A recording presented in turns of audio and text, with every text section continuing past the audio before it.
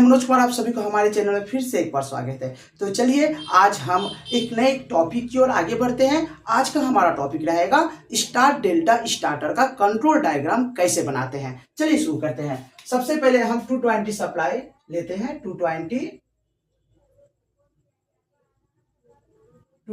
Volt AC supply. आपको जैसे पता है कि न्यूट्रल होती है वो कॉन्टेक्टर में या रिले में हम डायरेक्ट प्रोवाइड करते हैं और फेज से हम कंट्रोल करते हैं। सबसे पहले हम फेज सप्लाई को क्या करेंगे, कंट्रोल एमसीबी में डालेंगे। कहां डालेंगे? कंट्रोल एमसीबी में। कंट्रोल एमसीबी से जो सप्लाई हमें निकला उस सप्लाई को मैं कहां लेके जाऊंगा? ओवरलोड, थर्मल ओवरलोड, जो हमारे मोटर में करंट को प्रोटेक्ट करता है, करंट ओवरलोड होने से उससे ट्रिप करवाता है। ओके, ये हमारा ओवरलोड को प्रोटेक्ट करता है, ठीक ना।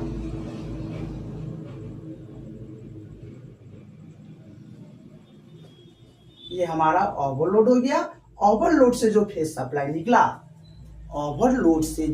सप्लाई निकला, हम जब भी कोई भी स्टार्टर बनाएंगे, चाहे स्टार डेल्टा स्टार्टर हो या डॉल स्टार्टर हो या फॉरवर्ड रिवर्स स्टार्टर हो, तो हम दोनों कंडीशन में, दोनों वेव में हम कंट्रोल डायग्राम बनाएंगे। कहने का मतलब है ये जो हमारा आउटपुट सप्लाई मिला ओवरलोड से, जो हमको आउटपुट सप्लाई मिला, इस सप्लाई को मैंने फील्ड में सबसे पहले ले जाऊंगा, क्योंकि फील्ड से भी हमको ऑपरेशन करना पड़ता है। कोई भी स्टार्टर को कंट्रोल करना पड़ता है। कोई भी मोटर से हम स्टार्टर से चला रहे हैं, उस स्टार्टर को हमें फील्ड से भी चलाना पड़ता है। तो सबसे पहले ये सप्लाई को मैं फील्ड में लेके जाऊंगा। कहाँ? और फील्ड में लेके जाने की बात क्या है, तो यहाँ पर मैं जब कंट्रोल कनेक्शन कर रहा हूं, तो ये ओवरलोड से जो सप्लाई निकला, ध्यान से देखिएगा, ओवरलोड से जो सप्लाई निकला, ये वायर को सीधा में हमारा जो पैनल है उसके टीबी में जाकर कनेक्शन कर दिया। सपोज 1 नंबर कनेक्शन कर दिया, ये आउटपुट सप्लाई, फेज सप्लाई में टीबी में जाके कनेक्शन कर दिया। टीबी, फिर दूसरा टीबी यहाँ लिया पैनल में, यहां से फिर ये एक वायर निकाल कर ये हमारा क्या हो जाए, 1 नंबर या 2 नंबर, ये क्या हो जाएगा हमारा स्टॉप फील्ड में, इन फील्ड से हम इस सर्किट को स्टॉप करेंगे। ओके, इसीलिए मैंने क्या किया, ओवरलोड से जो वायर निकला टीवी में डाल दिया। फिर 2 नंबर टीवी से वायर लेकर मैं इस वायर को सीधा, जो मैं इनबिल्ट पैनल बना रहा हूं, उस पैनल में जो स्टॉप पुश बटन है, ओके, उस पैनल में स्टॉप पुश बटन, कहने का मतलब एनसी, नॉर्मली क्लोज, में मैंने इस वायर को डाल दिया। ये हो गया stop push button. Okay, stop push button normally क्या होता है? एनसी होता है, नॉर्मली क्लोज होता है। इस यहां से जैसे मैं सप्लाई डाला, ये नॉर्मली क्लोज है, तो सप्लाई यहां हमको मिल गया ना। सप्लाई जैसे ही मिला, इसको मैं पैनल में जो हमारा स्टॉप पुश बटन है वो हमेशा क्या होता है? एनओ होता है, नॉर्मली ओपन होता है। यहां से सप्लाई मैंने निकाला, ये सप्लाई जैसे स्टार्ट पुश बटन से सप्लाई निकला, स्टार्ट पुश बटन। ओके, ये सप्लाई को मैंने जैसे स्टार्ट पुश बटन से निकला सप्लाई, ये सप्लाई को मैंने सबसे पहले कहां डालूंगा? स्टार डेल्टा स्टार्टर में। मैं आपको बता दूं 3 कॉन्टेक्टर होता है, एक मेन कॉन्टेक्टर, एक स्टार कॉन्टेक्टर, एक डेल्टा कॉन्टेक्टर, और इसको स्टार डेल्टा कंट्रोल करने के लिए हम एक टाइमर का यूज करते हैं। ओके, टाइमर का यूज करते हैं, स्टार्ट पुश बटन। आप रही बात की फील्ड से स्टार्ट कैसे होगा, पहले इस बात को समझ लेते हैं। यहां से पैरेलली स्टॉप पुश बटन के आउटपुट से एक वायर टीवी में डाला 3 नंबर, और इसके पैरेलली जो है हमारे इनबिल्ट पैनल में जो स्टार्ट पुश बटन है उसके नीचे से, स्टार्ट पुश बटन के आउटपुट से नहीं, उसके नीचे से पैरेलली में एक वायर निकाला। ये 4 नंबर वायर हमारा क्या हो जाएगा? 3 4, ये हो जाएगा start, field start. Okay, field से स्टार्ट। तो मैंने फील्ड से स्टॉप पुश बटन का भी कनेक्शन टीवी में डाल दिया और स्टार्ट पुश बटन का भी कनेक्शन टीवी में डाल दिया। अब रही बात सर्किट कैसे हमारा कंट्रोल होगा, सर्किट को हम कैसे बनाएंगे। स्टार्ट पुश बटन से सप्लाई जो निकला, वायर निकला, इस वायर को मैंने सबसे पहले क्या किया, इस वायर को इस वायर को सबसे पहले मैंने क्या किया, टाइमर में डाला। जैसे अभी जस्ट मैंने आपको बताया कि हमें स्टार डेल्टा कंट्रोल करने के लिए एक टाइमर का यूज करते हैं, जिसका timing 0 to 60 second, 0 to 30 second, 0 to 10 second. हम जिस सर्किट को हम चला रहे हैं उस अकॉर्डिंग इस टाइमर को हम सेट करके स्टार से डेल्टा में कन्वर्ट करेंगे। अब एक टाइमर मैंने लिया, ये हमारा टाइमर हो गया है, क्या हो गया, स्टार डेल्टा टाइमर हो गया है ना, स्टार डेल्टा टाइमर हो गया।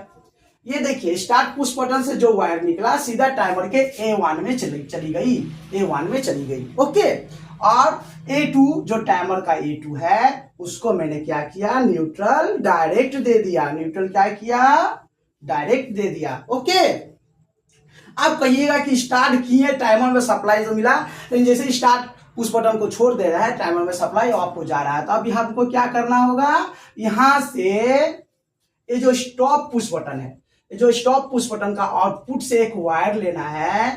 ओके, स्टॉप पुश बटन के आउटपुट से एक वायर लेना है।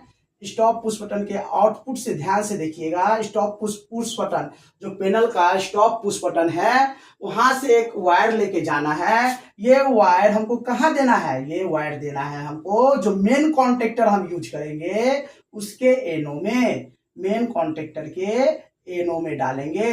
ये हम यहां पर लिख देते हैं मेन कॉन्टेक्टर, मेन का एनो, मेन के एनो में डालकर जो स्टार्ट पुश बटन का वायर है, जो स्टार्ट पुश बटन का वायर है उसके साथ पैरेलली कनेक्शन कर देंगे। अब पैरेलली इसके साथ हम कनेक्शन करने का मतलब है कि ये जो मेरा स्टॉप पुश बटन के आउटपुट से वायर मैंने निकाला, इस वायर को मैंने मेन कॉन्टेक्टर के एनो में डाला। अब कोई भी कॉन्टेक्टर जब ऑन होगा तो उसका एनो एनसी होगा, और एनसी होगा तो ये हमेशा एनसी रहने बने के कारण ये सप्लाई को होल्डिंग सप्लाई मिल जाएगा, होल्डिंग फीडबैक मिल जाएगा। ओके, अब देखिए जैसे मैंने स्टार्ट पुश बटन को स्टार्ट किया तो टाइमर तो ऑन हुआ, टाइमर के साथ साथ अब आपको देखना है कि हमारा मेन कॉन्टेक्टर को हम कैसे पिकअप कर रहे हैं। मेन कॉन्टेक्टर को पिकअप करने के लिए सबसे पहले जो ये हम आप देख लीजिए यहाँ पर दोस्तों, स्टार कॉन्टेक्टर हमेशा मेन कॉन्टेक्टर को हम पिकअप करेंगे स्टार भाया स्टार कॉन्टेक्टर। क्यों करेंगे, क्योंकि जब तक हम सर्किट को पहले हम स्टार्ट करेंगे तो क्या करेंगे, पहले मेन कॉन्टेक्टर ऑन होगा, स्टार कॉन्टेक्टर ऑन होगा, क्योंकि मोटर को हमें स्टार में चलाना है। सपोज यदि यहां पर मेन कॉन्टेक्टर ऑन हो गया और स्टार कॉन्टेक्टर ऑन नहीं हुआ तो मेरा सर्किट इनकम्प्लीट रह जाएगा, मोटर नहीं चलेगी। और दूसरे कंडीशन में यदि स्टार कॉन्टेक्टर ऑन हो गया और मेन कॉन्टेक्टर ऑन ही नहीं हुआ तो उस कंडीशन में भी मोटर नहीं चलेगी। इस सेफ्टी को ध्यान में रखते हुए हम क्या करते हैं, भाया स्टार कॉन्टेक्टर इंटरलॉकिंग देते हुए मेन कॉन्टेक्टर को सप्लाई प्रोवाइड करते हैं। अब कैसे सप्लाई प्रोवाइड करते हैं ये देखना बहुत जरूरी है। ये जो स्टार्ट कमांड है हमारा, ये देखिए ये जो स्टार्ट कमांड है, यहां से एक वायर लिया, ये वायर को मैंने क्या किया, स्टार कॉन्टेक्टर के एनो में डाला। ध्यान से देखिएगा, स्टार कॉन्टेक्टर के एनो में डाला। ये हमारा क्या है, स्टार का सिंबल है। ध्यान से देखिए, स्टार कॉन्टेक्टर के एनो में डाला। स्टार कॉन्टेक्टर के एनो से निकलकर, स्टार कॉन्टेक्टर के एनो से निकलकर ओके मैंने मेन कॉन्टेक्टर में सप्लाई डाल दिया। ये हमारा मेन कॉन्टेक्टर है, न्यूट्रल डायरेक्ट, A2 में न्यूट्रल डायरेक्ट, A1 में मैंने भाया स्टार कॉन्टेक्टर हुए डाल दिया। अब जैसे मैं स्टार्ट किया, ध्यान से समझिएगा, जैसे मैं स्टार्ट किया तो टाइमर तो ऑन हुआ ही हुआ, साथ में मेरा मेन कॉन्टेक्टर ऑन हुआ। मेन कॉन्टेक्टर थोड़ा देर के बाद में ऑन होगा। कैसे ऑन होगा, अब हम सेकेंड चैप्टर में जाते हैं। अब सबसे पहले हमें स्टार कॉन्टेक्टर को सप्लाई प्रोवाइड करना है। स्टार कॉन्टेक्टर को यहां से जो सप्लाई स्टार्ट कमांड है, ये दोनों टाइमर में हमारा एक क्या है, एक एनसी एक एनो रिले लगा हुआ है। ओके, एक एनसी एक एनो रिले लगा हुआ है। ये कौन सा टाइमर है, ये टाइमर कौन सा टाइमर है दोस्तों, ये हमारा ऑन डिले टाइमर है। ऑन डिले टाइमर का मतलब है कि मैंने स्टार्टिंग जो 10 सेकंड 15 सेकंड टाइम सेट करके रखा हूं, ये टाइमिंग 10 सेकंड के बाद ये टाइमर पिकअप लेगा। 10 सेकंड के बाद ही, जो सप्लाई देने के बाद भी ये 10 सेकंड जो मैंने टाइम सेट करके रखा हूं, तो 10 सेकंड के बाद ही ये टाइमर अपने आप को एक्टिव होगा। ओके, तो इस टाइमर का जो एनसी है 10 सेकंड के बाद एनसी रहेगा, 10 सेकंड के बाद इसका टाइमर का एनसी एनो होगा। ओके, और जो हमारा एनो है वो 10 सेकंड के बाद एनो से एनसी होगा। तो सपोज इस टाइमर का एनसी से मैंने क्या किया, इस टाइमर के एनसी से मैंने स्टार कॉन्टेक्टर को सप्लाई दिया। इस टाइमर का एनसी से, ये हमारा एनसी है, और यहां पर भी इंटरलॉकिंग देना है। किसके साथ देना है, डेल्टा कॉन्टेक्टर के एनसी से इंटरलॉकिंग देना है। ये यहां पर मैंने स्टार कॉन्टेक्टर को सप्लाई प्रोवाइड किया, A1 A2। ठीक है, अब देखिए कि स्टार कॉन्टेक्टर और डेल्टा कॉन्टेक्टर कैसे ऑन हो रहा है। जैसे मैंने पुश बटन स्टार्ट किया, टाइमर को भी सप्लाई मिला, और साथ में ये मेन कॉन्टेक्टर को जैसे टाइमर को सप्लाई मिला, ये स्टार कॉन्टेक्टर ऑन हो गया, क्योंकि ये ऑन डिले टाइमर होने के कारण इसमें जो मैंने 10 सेकेंड टाइम सेट करके रखा हूं, ये इसका एनसी ही हुआ। तो जब सप्लाई सीधा कहां मिल गया, स्टार कॉन्टेक्टर को, और स्टार कॉन्टेक्टर जैसे ही ऑन हुआ तो स्टार कॉन्टेक्टर का एनओएनसी हो गया, मेन कॉन्टेक्टर पिकअप ले लिया। अब मेन कॉन्टेक्टर जैसे ही पिकअप लिया, मेन कॉन्टेक्टर का एनओएनसी हो गया, टाइमर और मेन कॉन्टेक्टर को होल्डिंग सप्लाई मिल गया। अब आते हैं delta contactor. Delta contactor timer का हम एनो लिया, एनो से होते हुए आउटपुट होते हुए स्टार कॉन्टेक्टर का एनसी को मैंने यूज किया, क्योंकि हमको स्टार और डेल्टा में इंटरलॉकिंग देना है, और एनसी से निकालकर सीधा मैंने क्या किया, डेल्टा कॉन्टेक्टर के A1 में डाल दिए, और A2 हमारा क्या हो गया, न्यूट्रल हो गया। जब 10 सेकेंड के बाद जैसे ही टाइमर मेरा पिकअप लिया, तो स्टार कॉन्टेक्टर छोड़ दिया, टाइमर का एनओएनसी हो गया, यहां सप्लाई मिल गया, और सप्लाई जैसे ही मिला दोस्तों,